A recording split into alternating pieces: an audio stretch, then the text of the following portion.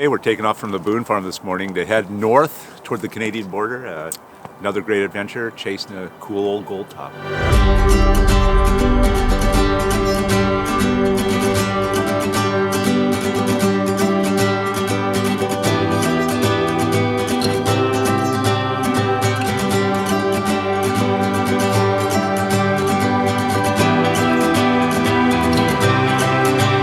All right, good morning.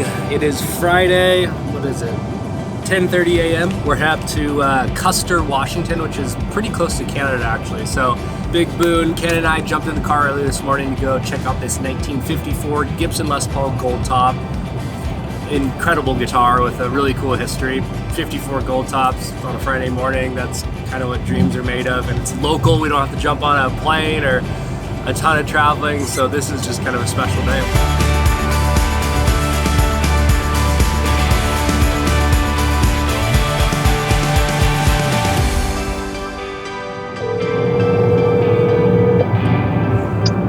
Hello. Hey, good morning, John. How you doing? Good, Jay. How are you? Good, man. So we're about an hour from you, so it's 11:30. Hi. Hi, John. Jay Boone. Jay, nice to meet you, Jay. My son Trevor. Trevor. Nice to meet you, sir. Nice to meet you. This is Ken, our camera guy. Nice to meet you. Nice to How meet you you, doing, Ken. man? All right. When was you fired? A week ago, Wednesday, Gosh. Just happened. Yeah. 22nd, yeah. Is that a car they're taking out right now? Yeah, it's my car. Oh, man. What was it?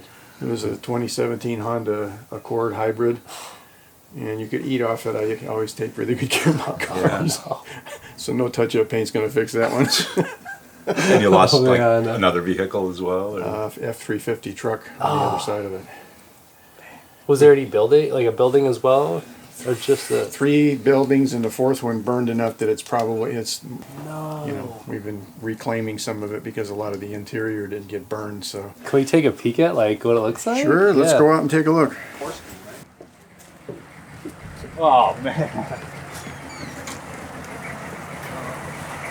How'd it start? Preliminarily, we don't know for 100% sure.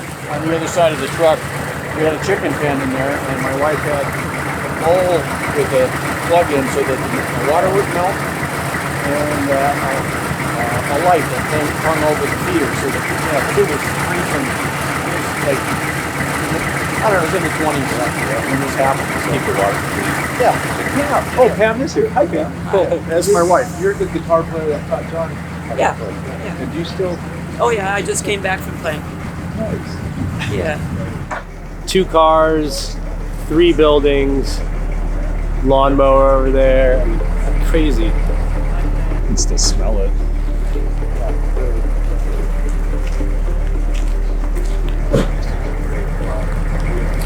Crazy. This is his baby.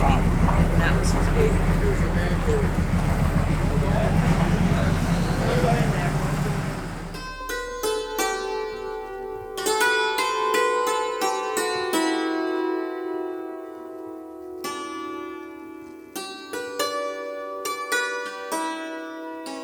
And you can make it sound different. Cool. It's got a harp quality to it. Yeah.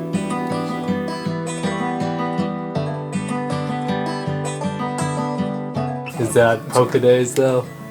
No, it was past polka days, Yeah. but you know, they're probably in their 40s right there. Yeah. So Dad's still alive down in Olympia? Yeah, he's 90 years old. I got some pictures I can show you. When They're did all, you do that? all of us The were. frame got a little. That's all right. It's Busted to be up. fixed. I mean, after what we've been through, a little crack in the frame, Little piece glue. of cake. I can fix it. We'll buy a new one. So this, we believe, is a 1954 Gibson Lancer.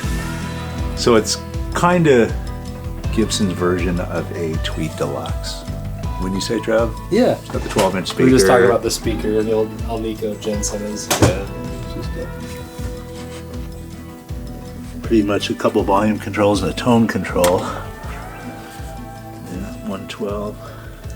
Super clean though. It's A couple of 6V6s in there. it looks Yeah, my like. dad's kind of OCD about his things. So Yeah. he's taking really good care of everything. Nice can little see. cover right there. It's pretty cool too. So here's the Les Paul right here. Get finished checking. Yeah, he said he left it in his car one night. We were from Cleveland, so during the winter, they go to their gigs and come back. Yeah. And he said he left it in the car. Got a little cold. Cracked it at one time. Thanks, Pam. You're welcome.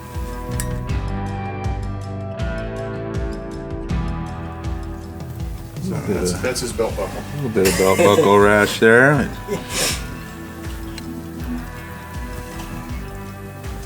How's the weight on it? It's stout. Good. Yeah, it's good. I guess it maybe If you were defending yourself, you could hit some 9 pounds and a few pebbles.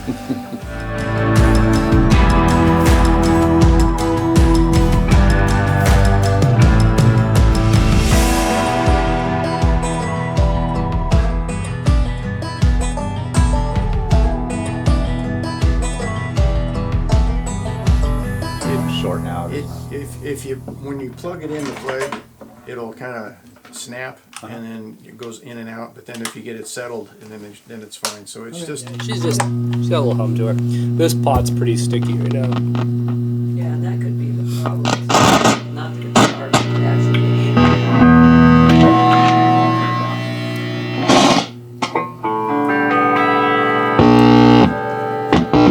Yeah, that's that jack.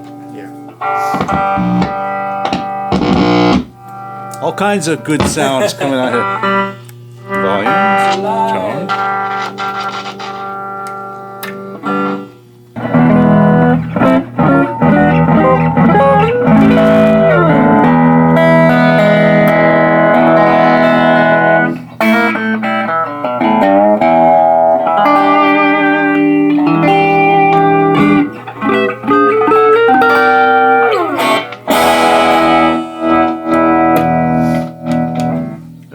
Cool. Try the other input. See if the other channel works in there.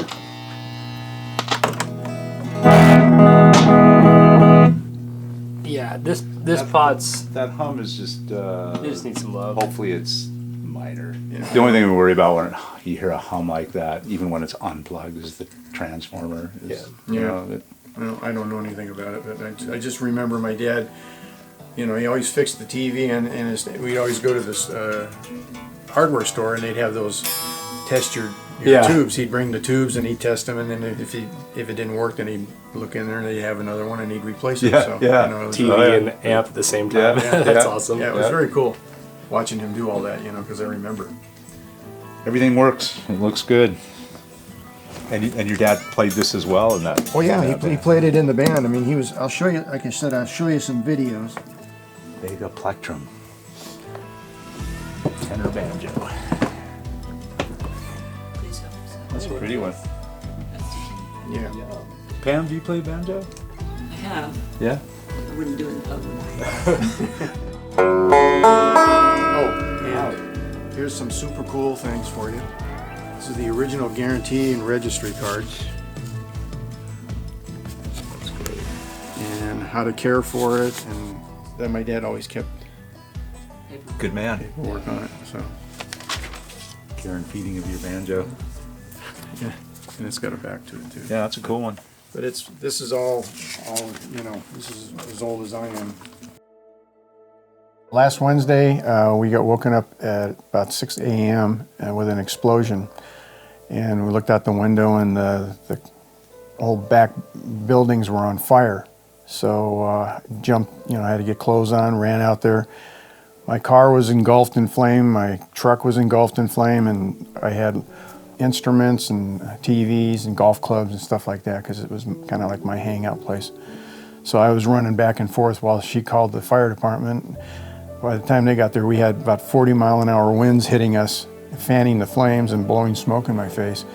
Firefighters got there. They got about 5 trucks out there and started fighting the fire. And I'm running in between them, getting my valuables out of there. So they were saying, you shouldn't be in here. And then, I just came back out, and they just let me alone because they knew I was going to keep going until I was ready to stop. He was like a madman. He was totally on adrenaline.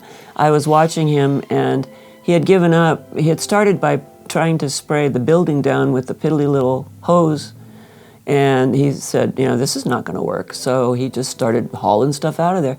Pretty soon, the firemen were helping him haul stuff out of there. They were all hauling stuff out of there. They let the fire burn out the other buildings. And when they got everything out and got all mopped up and the investigation was done, it was about 2 hours or 3, from 6 to about 9:30 or 10. The Goldtop and the amp and all that, my dad's precious instruments that he had, I had them in the house, luckily in my bedroom, so I didn't have to worry about them because our house is separate from where the fire was, so I didn't have to, at that point we didn't feel that it was in danger, but I was really happy that that type of a thing wasn't in that room, because that would have been probably the first thing I grabbed running out the door if it was out there. Yeah. So. And I tried to play it, and I just can't negotiate an electric guitar. I'd love to be able to play like Bonnie Raitt or Stevie Ray Vaughan, but everybody would love to play like them, but the best I do is sing some of her songs, and his. I have a friend in the Old Time Fiddlers that I've played with for 20 years, Dwayne Bakke, and I said, who do you know that knows vintage guitars, vintage electric guitars, that we could trust to come and give us an appraisal? We want to try to get a new home, because we've just had this fire and we are aware that we could have a fire in our home and we would not want to lose that guitar. And John finally said, yeah, I'm ready to part with it. He has not been willing to part with it until now. So Dwayne gave me Jay's name. I gave that to John and he called him up. It must have been last Friday, I think. It was only a couple days after the fire, and he was motivated to try and see if we could find a home for it. I talked to Jay and we clicked. We're the same age, and we just bonded on the phone. And he says he was excited, I was excited, and he says, can we come out? I says, sure, absolutely. So I didn't have to go all the way to Seattle. So that was just very gracious of you to do that. So yeah, it's really great because we actually don't have any cars to to go anywhere.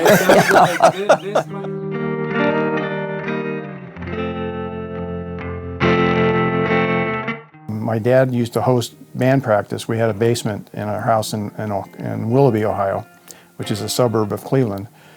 And the band members would come over and they'd do their sets. And I remember sitting there watching him play that guitar, and I thought, what a cool guitar that is, So those are the kind of memories I have, the basement, going to the dances. And I remember watching him on TV and all the practices and stuff. So his name is John Borso as well. Now, each one of us, my grandpa's John, he's John, I'm John. So the only thing distinguishes, he's John L. Borso and I'm John R. Borso. Myself, my mom, and my dad were born in Cleveland, Ohio. And that's where he played in a polka band. And he started out, wanted to play banjo. Grandpa didn't want him to play, so he gave him a guitar. So he taught himself how to play the guitar after a few lessons. So he played with a lot of people back there, Frankie Vadnal, Johnny Vadnal. Eddie Stamfel was a band that he played with on a variety show on TV when I was just a little shaver, about 5 years old. So I remember being in the audience one time that they were taping the show, and they came up and interviewed my mom and me. So they said, "What would you like to do?" I said, "I want to play guitar." So. Well, what happened was he was whining about always wanting to play the guitar, and his dad never let him. And I looked at him and I handed him my guitar, which was a Martin D28, and I handed it to him. I said, "Shut up and play." And he said, "Well, I don't know how." So I showed him 3 chords, and I said, "These are the 3 chords you play together in this key, play, and this is where you do it." And so with the band, I would spend hours calling out the chords as he needed to change them, calling them out in whatever key we were in.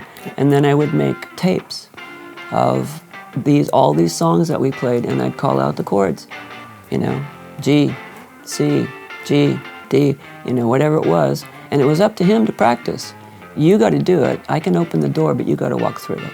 So then he started playing, how old, 38, 37? 37, 38 years old. First started playing.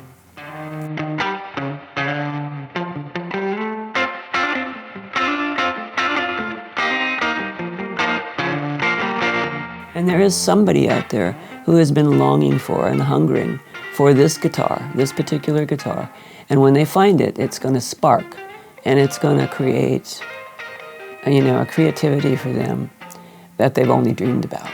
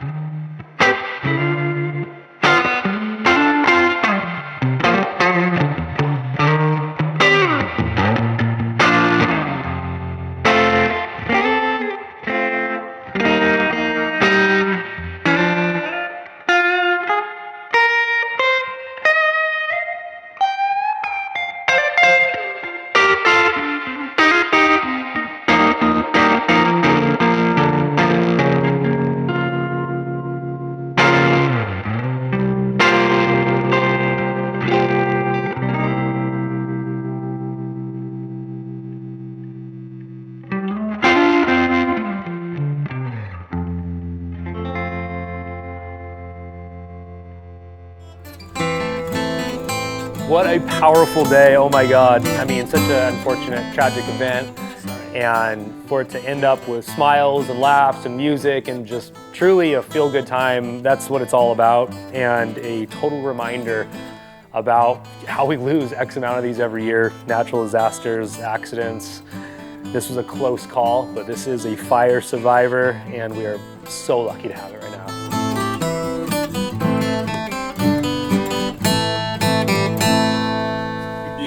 That's awesome. Sorry, I buggered it up. No, it's cool. So what song is that? Bobby Casey's Hornpipe.